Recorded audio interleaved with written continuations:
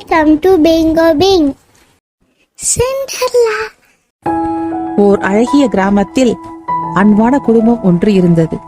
அந்த குடும்பத்தில் சிண்ட்ரெல்லா என்ற அழகான பெண் குழந்தை தன் பெற்றோருடன் மகிழ்ச்சியாக வாழ்ந்து கொண்டிருந்தது. ஒரு நாள் எதிர்பாராத விதமாக சிண்ட்ரெல்லாவின் தாயார் இறந்து விட்டார். சிண்ட்ரெல்லாவின் வாழ்வில் துன்பம் சூழ்ந்தது. சிண்ட்ரெல்லாவின் தந்தை இரண்டாவது திருமணம் செய்து கொண்டார். தன் குழந்தையை காப்பதற்காக வந்த அந்த சித்தி சிண்ட்ரெல்லாவை மிகவும் கொடுமைப்படுத்தினாள். அந்த கொடுமைக்கார சித்திக்கும் 2 பெண் குழந்தைகள் பிறந்தது. சிண்ட்ரெல்லாவிற்கு மேலும் துயரம் அதிகரித்தது. சிண்ட்ரெல்லாவின் சித்தி அவளுடைய அழகை கண்டு பொறாமை கொண்டாள்.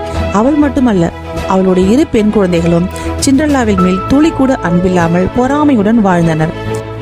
தன் குழந்தைகளுக்கு நல்ல உணவும் உடையும் கொடுத்து அலங்காரம் செய்த சித்தி சிண்ட்ரெல்லாவிற்கு நல்ல உணவும் கொடுக்கவில்லை, நல்ல ஆடைகளும் கொடுக்கவில்லை. அவள் வாழ்நாள் முழுவதும் சோகத்தையே சந்தித்துக் கொண்டிருந்தாள்.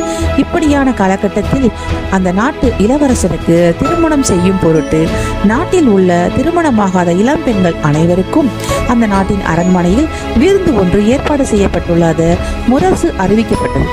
அந்த கொடுமைக்கார சித்தி தன் மகள் இருவரையும் அழகாக அலங்காரம் செய்து அரண்மனைக்கு அழைத்து சென்றாள். சிண்ட்ரெல்லா வீட்டில் தனிமையாக தன் நிலையை எண்ணி அழுது கொண்டிருந்தாள். அப்பொழுது ஒரு தேவதை சிண்ட்ரெல்லாவின் முன் தோன்றி அவள் கண்ணீரை துடைத்து ஒரு மந்திர செருப்பை கொடுத்து அணிந்து கொள்ள சொன்னது.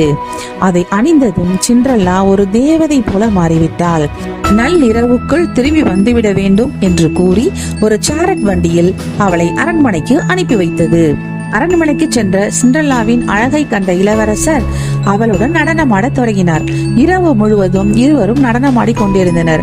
இடையில் கடிகார மணி ஒலித்ததும் சிண்ட்ரெல்லாவிற்கு தேவதை கூறியது நினைவுக்கு வந்தது.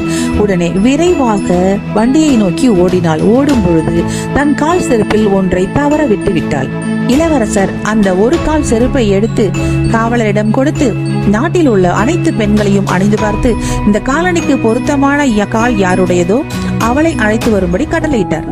காவலர்கள் ஊரில் உள்ள அனைத்து வீட்டிற்கும் சென்று அந்த காலணியை அணிந்து சோதனை செய்தார்கள்.